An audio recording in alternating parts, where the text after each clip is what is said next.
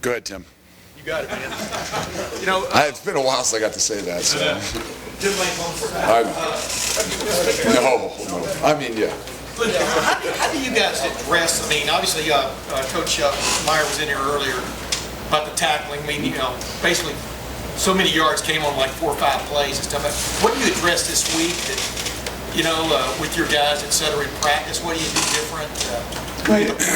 The address isn't going to be a whole lot different. I mean, we know we want to be a sound football team. That's the number one thing that we stress defensively and leverage the football. I mean, there's the two things that are in the core values of what we do.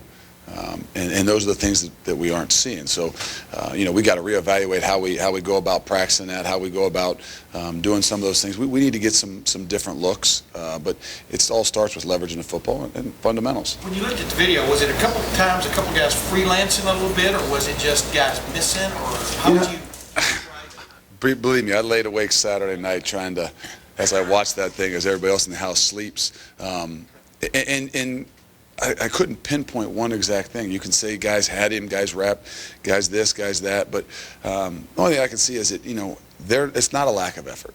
Now, is it fundamentally sound in what we're doing? No. When a guy slips out the backside for 81 yards, there's nothing fundamentally sound about it. Now, did 3 guys have him? Yeah, okay. But we just got to reevaluate. We got to make sure we're continuing to stress the things that we're supposed to do. And on those plays, you find out. Not that we're pointing a finger to have any blame, because that's the one thing we don't do defensively. But we got to figure out structurally what is the problem. And pretty much it comes down to some leverage. The two things that I see is that we got to make the ball go east and west, and then we've got to have leverage on the football. Okay, the 2 big runs. The one was kind of straight downhill, where we never made the guy deviate. And then the other one was he goes east and west, and then we don't edge it up. So it's a fundamental thing that I promise you'll get stressed again this week. Rusty? Luke, not a lack of effort. Are there times where they're overeager, the guys overcompensate, go too quickly and overrun? I don't know if we're not going to use it as an excuse, but sometimes, the stress of, hey, we're going as fast as we possibly can from point A to point B is our mantra, and we're not going to take that away, but we still have to do that with understanding of where point B is. And we can't lose sight of that. As hard as you go and as much energy as you have and as much emotion as you have, you still can't lose sight of the base fundamentals of what you do. Now, you have to be able to do them with great energy and great effort. And point A to point B, knowing exactly where point B is the key. Back right, Matt. Coach Matt from WHSD. Storm Klein played a good bit on Saturday. Did you guys expect him to play that much, and how did you have a chance to evaluate how he played? What's a good bit? There were 84 snaps on defense, so I think he played 8. Is that a good bit? Defense and special teams. I don't know. Okay, that's right. He had a couple more kickoffs, so there's 12. So defining what good bit is. No, is he going to continue to play more? Yeah. We got to get him back into the mix some more, and Storm's played a lot of football here. He started every game last year. So this team needs him, we need him, but we're going to continue to put the best 11 guys out there we can. And I think the 2 middle backers, him and Curtis Grant, Curtis played maybe 12 or 14, and I think Storm played 8. So not a big bit, need to be actually more bit. Austin, right front. Austin Ward, ESPN.com. It seems like there have been different themes from all 3 games for the defense. It was secondary breakdowns week 1, then you needed more pressure after game 2. Have you felt as a coordinator that there have been different things popping up in every game that you have to correct moving forward early this season? Every week you're going to have a little something different. We're still, obviously new in what we're doing. Not that we've changed a ton, but sometimes I think Rusty said it best. Sometimes you're so aggressive. I've never heard that. I don't usually say that. Let me rephrase that. Somebody put it in the right way. That sometimes when you're over-aggressive, things can happen. So I think we just got to make sure we continue to understand what we're doing, why we're doing it, play fundamentally sound, and don't make a habit of it being, every week you can make an excuse to say, well, man, if you just take away 3 runs, they only have X amount of yards. Well, you know what? You can't take away those 3 runs. The only way you can is to play better. And is there a exact thing? Is it each and every week? Is it something we're focusing on? No, I just think that it's making sure we understand what fundamentally we're doing, playing sound, but still playing with that great effort and energy. So that'd be maybe normal for a coach to go through the week having one thing he's trying to emphasize based on what happened on Saturday? I mean, we still are going to emphasize things, but we're not going to lose the sight of, we're going to do what it is we do. That doesn't mean we're going to try and shove a round peg in a square hole or anything.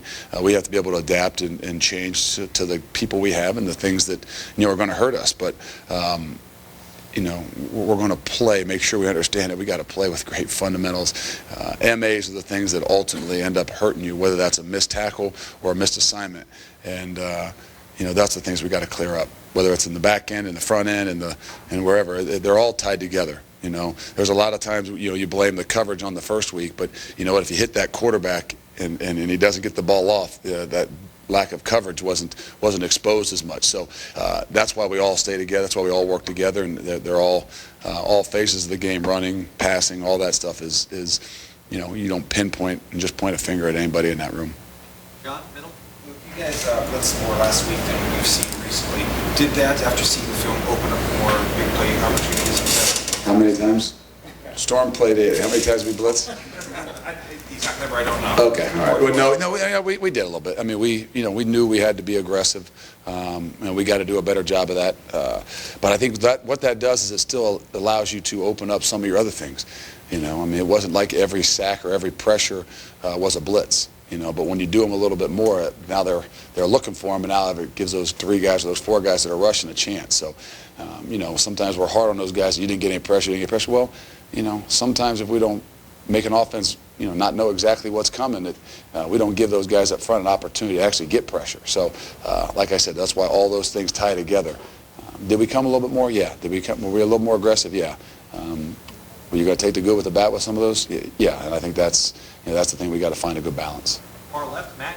Matt McCoy, WTD. What is the mood of a defensive coach, coaches, and your defensive players after a game like Saturday? I mean, obviously it's a thrilling win. You come with a turnover at the end of the game to seal the game, but they had 512 yards. Was there?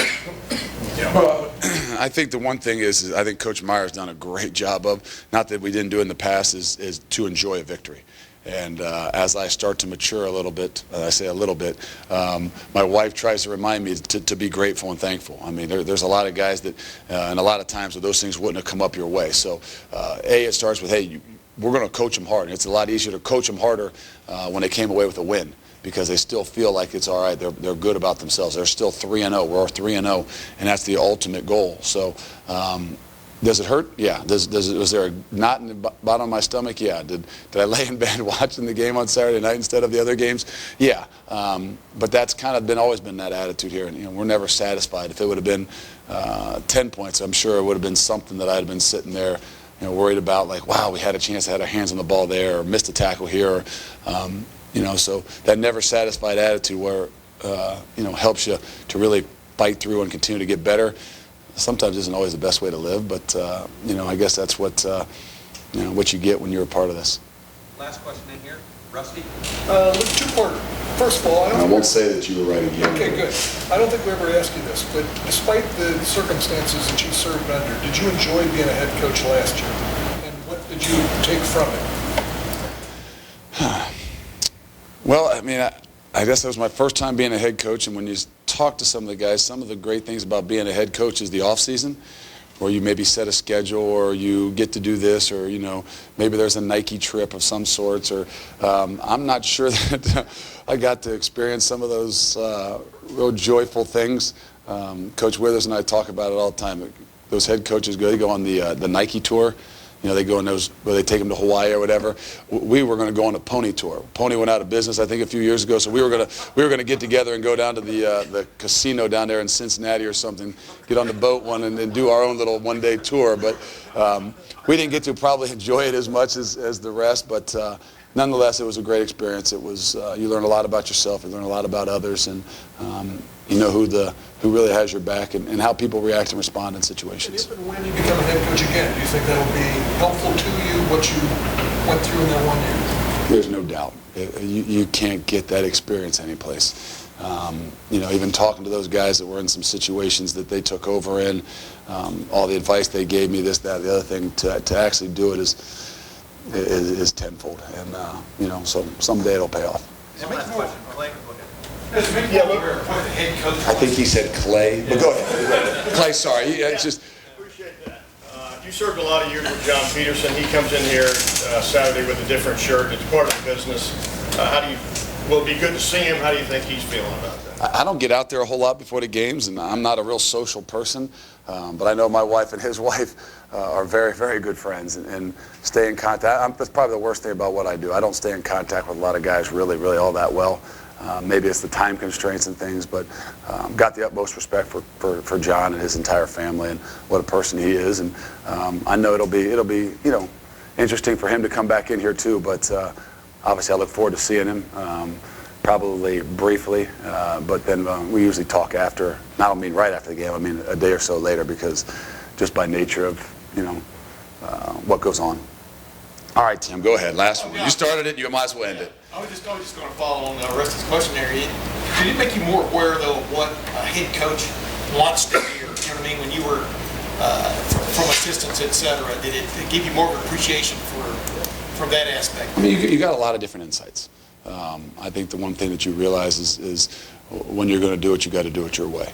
And I think that's one of those things that not being around a whole lot of different people that you don't know that there's a whole bunch of different ways. So in the circumstances and how you could really do it, could you really do it the way you really like to?